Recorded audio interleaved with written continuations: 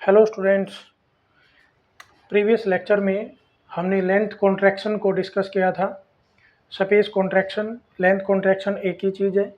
That is the outcome of Lorentz transformation equation. पहले case में आपने रोड को मूविंग फ्रेम ऑफ रेफरेंस में रखा था, तो जो length O dash frame of reference O dash observer ने मेजर की वो आपकी प्रॉपर लेंथ थी। ठीक है, और मैंने एंड किया था लेक्चर ये कह के कि अगर इस रोड को ये मूविंग फ्रेम ऑफ रेफरेंस की बजाय आपकी रेस्ट फ्रेम ऑफ रेफरेंस में होती तो कौन सी लेंथ, कौन सा मेजरमेंट प्रॉपर होता, इम्प्रॉपर होता, और क्या ये रिजल्ट आपका फिर भी वही आएगा। ठीक है, we are to check it. तो यहाँ पे हमारे पास दो फ्रेम ऑफ रेफरेंस है, एक रेस्ट फ्रेम ऑफ रेफरेंस है, स्पेस कोऑर्डिनेट है इसके, मूविंग फ्रेम ऑफ रेफरेंस है जो एक्स एक्सिस के अलोंग मूव कर रहा है वी वेलोसिटी से। ठीक है, ये इसके स्पेस कोऑर्डिनेट होंगे। तो मूविंग फ्रेम ऑफ रेफरेंस के स्पेस एंड टाइम कोऑर्डिनेट पे आप प्राइम लगाएंगे, ऊपर डैश लगाएंगे।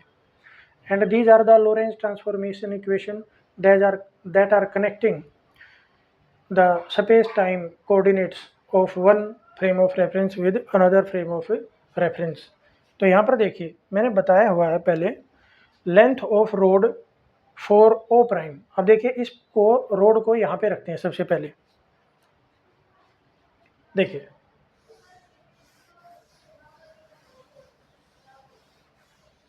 ये देखो, अभी हमारे पास केस क्या है,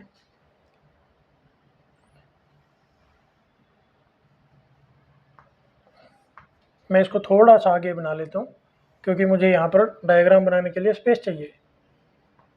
तो ये आपका एक्स एक्सिस है और ये आपका जेड प्राइम है, ऑब्जर्वर ओ प्राइम है। अब रोड आपकी एस फ्रेम ऑफ रेफरेंस में रखी हुई है, ये आपका फ्रेम ऑफ रेफरेंस हो गए और ये मूव कर रहा है कांस्टेंट वेलोसिटी v से अलोंग x डायरेक्शन। अब आपको रोड एज्यूम करनी है यहाँ पे। So this is the road. ठीक है, and it is aligned, it is lying along the x direction, along the x axis. तो इसकी लेंथ x एक्सिस के अलोंग हो गई।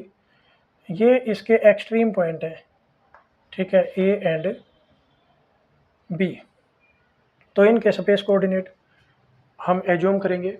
अब जो रोड है ना आपकी, रोड रखी हुई है रेस्ट फ्रेम ऑफ रेफरेंस में। ठीक है,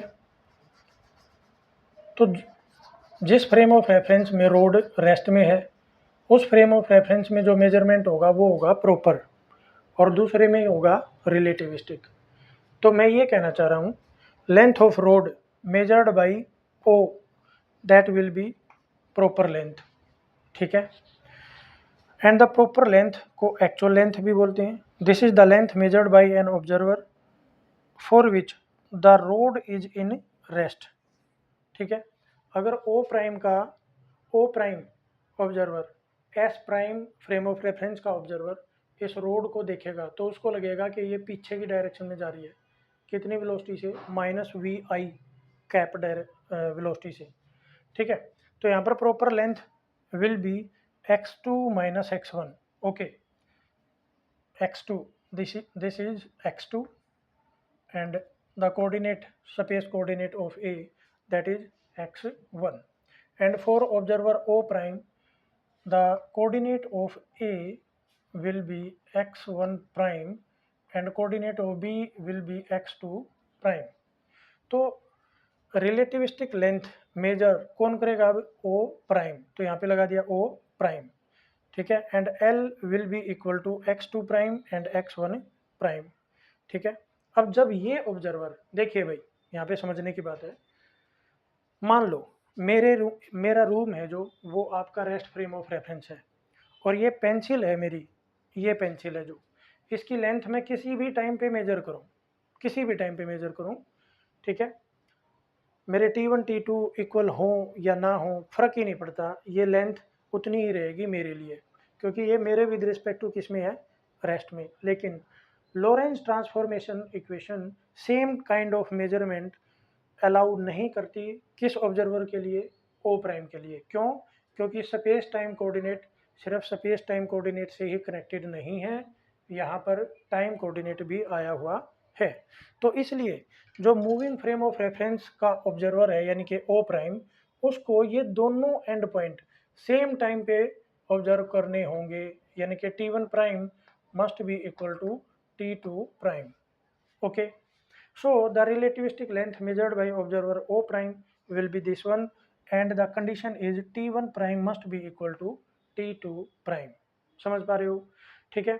सो फ्रॉम दिस इक्वेशन, अब देखिए, अब आपको ये चूज करना होता है यहाँ पे कि आप इसमें x2 माइनस x1 में x2 प्राइम x1 प्राइम की वैल्यू पुट करें या इस वाले में इसकी वैल्यू पुट करें। तो देखिए, जब आप वैल्यू पुट करें तो वैल्यू पुट करने के बाद ये फैक्टर आने चाहिए जो कैंसिल हो जाएं। तो ये तब होगा जब आप x2 एंड x1 की वैल्यू सब्स्टिट्यूट करेंगे।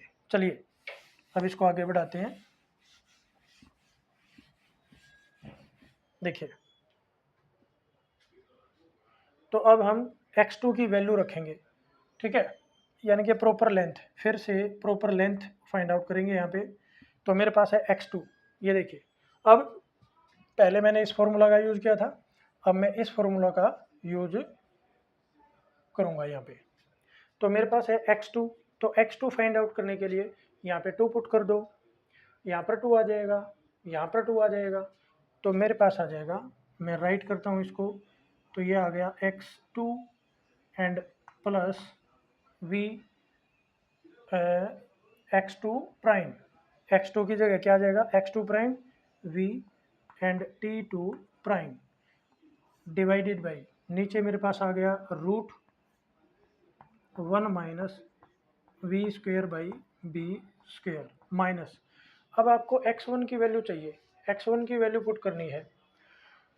तो x1 की वैल्यू के लिए आप यहाँ पे x1 प्राइम T1 प्राइम ये पुट कर देंगे, ठीक है।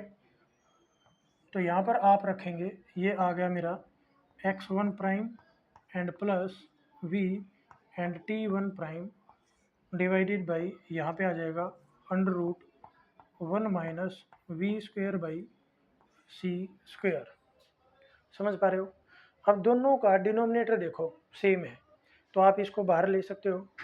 यहाँ पर देखिए T1 prime and T2 prime, क्योंकि ऑब्जर्वर O प्राइम ने A एंड B पोजीशन को सेम टाइम पे नोट किया है, इसलिए T1 prime and T2 prime same है, ठीक है।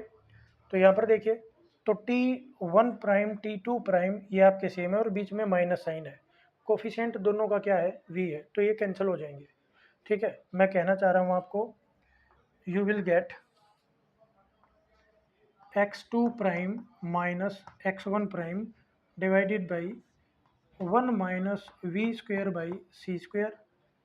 Okay, there is a plus sign here, so I will write plus v मैंने कॉमन ले लिया and I have T2 prime minus T1 prime divided by root 1 minus v square divided by c square. अब मैंने बताया आपको कि ये दोनों बराबर हैं, तो ये फैक्टर आपका 0 हो जाएगा, ठीक है, and we are left with this. तो अब आपको ये देखना है कि x2 prime minus x1 prime, ये लेंथ, ये स्पेस इंटरवल किसने मेजर किया, O प्राइम ने, और O प्राइम के लिए रोड आपकी मूव कर रही है कितनी वेलोसिटी से, माइनस वी आई कैप से, क्योंकि ये मूव कर रहा है और ये रेस्ट है, तो मूविंग वाले को लगेगा कि ये बैक डायरेक्शन में मूव कर रहा है, ठीक है। तो इसके हिसाब से, इसके अकॉर्डिंग, O प्राइम के अकॉर्डिंग ये रोड मूव कर रही है बैक डायरेक्शन में, समझ आ रही है। सो ये जो लेंथ मेजर करेगा वो आपकी रिलेटिविस्टिक लेंथ होगी, ठीक है। तो ये आपकी लेंथ जो है ये वाली, ये है आपकी रिलेटिविस्टिक लेंथ।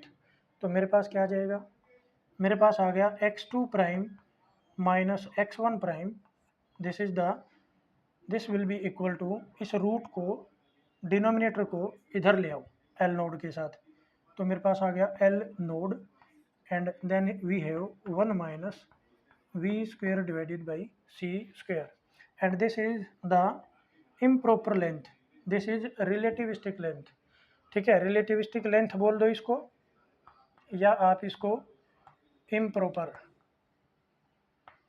इम्प्रॉपर लेंथ भी आप इसको बोल सकते हो। ठीक है, तो मेरे पास आ गया ये relation.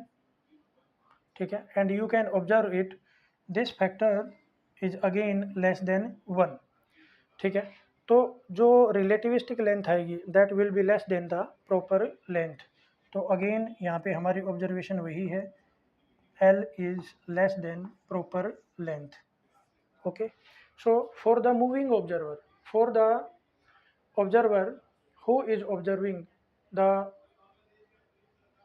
interval between two space coordinates in the moving frame of reference, those appear close than their actual space. This is the concept of, this is the outcome of Lorentz transformation equation, and we call it length contraction. Okay, so this is the end of lecture. Stay connected with me, share and subscribe my channel, let your friends to know about my informative lectures.